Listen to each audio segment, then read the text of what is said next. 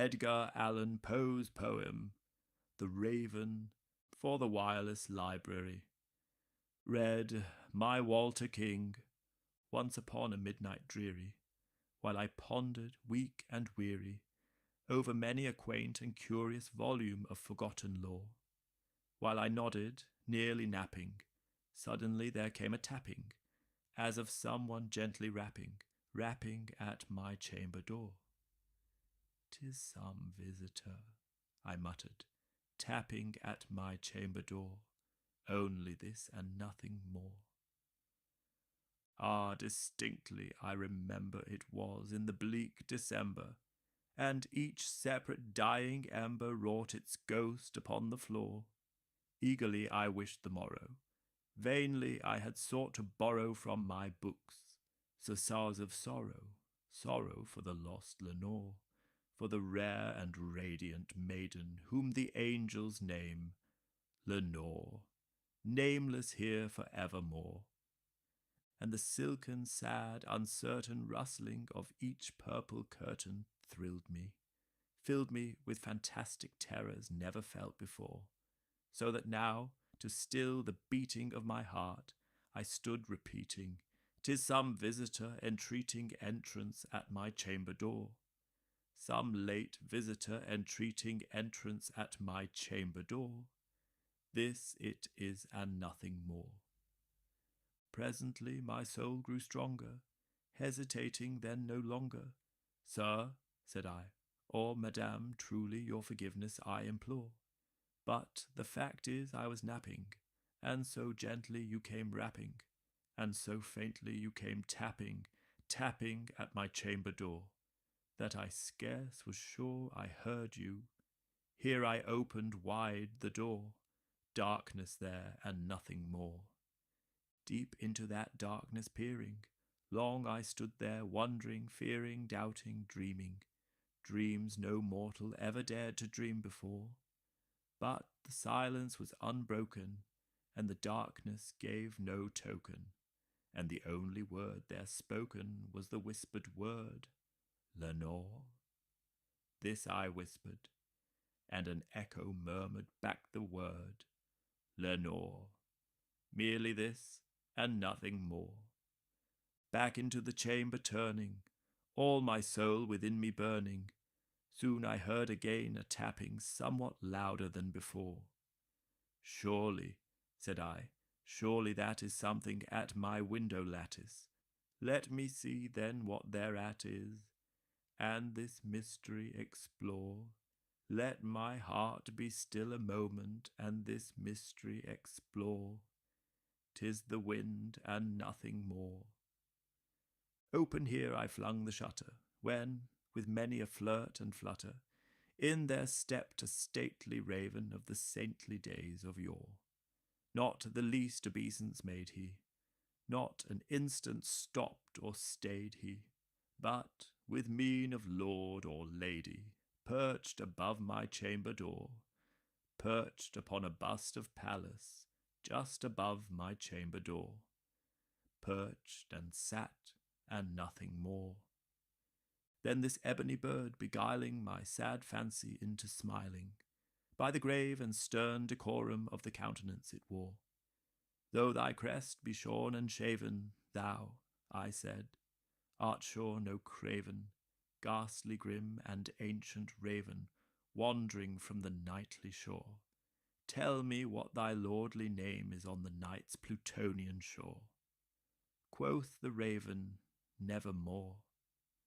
Much I marvelled this ungainly fowl to hear discourse so plainly, though its answer little meaning, little relevancy bore, for we cannot help agreeing that no living human being ever yet was blessed with seeing bird above his chamber door, bird or beast upon the sculptured bust above his chamber door, with such name as Nevermore. But the raven, sitting lonely on the placid bust, spoke only that one word, as if his soul in that one word he did outpour. Nothing farther then he uttered, not a feather then he fluttered, till I scarcely more than muttered, "Other friends have flown before, On the morrow he will leave me, as my hopes have flown before. Then the bird said, nevermore. Startled at the stillness broken by reply so aptly spoken. Doubtless, said I, what it utters is its only stock and store, caught from some unhappy master whom unmerciful disaster followed fast and followed faster, till his songs one burden bore, till the dirges of his hope that melancholy burden bore of never, nevermore. But the raven still beguiling all my sad soul into smiling, straight I wheeled a cushioned seat in front of bird and bust and door. Then, upon the velvet sinking, I betook myself to linking fancy unto fancy, thinking what this ominous bird of yore, what this grim, ungainly, ghastly, gaunt, and ominous bird of yore meant in croaking nevermore. This I sat engaged in guessing, but no syllable expressing to the fowl, whose fiery eyes now burned into my bosom's core. This and more I sat divining, with my head at ease reclining on the cushion's velvet lining that the lamplight gloated o'er, but whose velvet violet lining with the lamplight gloating o'er she shall press, nevermore. Then, methought, the air grew denser, perfumed from an unseen censer, swung by seraphim, whose footfalls tinkled on the tufted floor.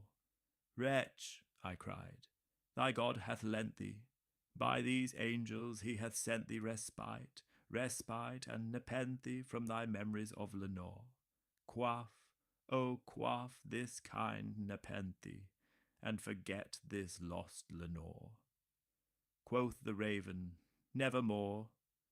Prophet, said I, thing of evil, prophet still if bird or devil, whether tempter sent, or whether tempest tossed thee here ashore, desolate yet all undaunted, on this desert land enchanted, on this home by horror haunted, tell me truly, I implore, is there balm in Gilead?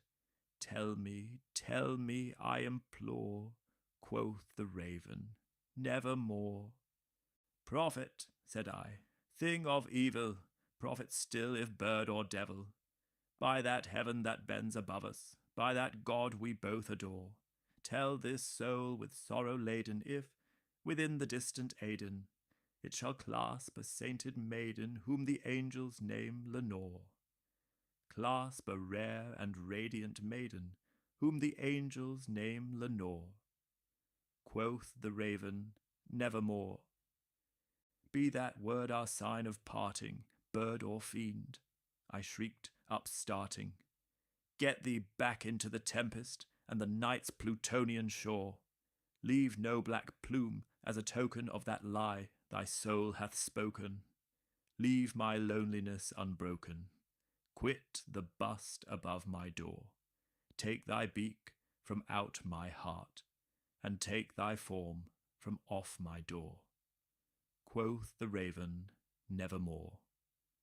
And the raven, never flitting, still is sitting on the pallid bust of Pallas, just above my chamber door, and his eyes have all the seeming of a demon's that is dreaming, and the lamplight o'er him streaming throws his shadow on the floor, and my soul from out that shadow that lies floating on the floor shall be lifted nevermore.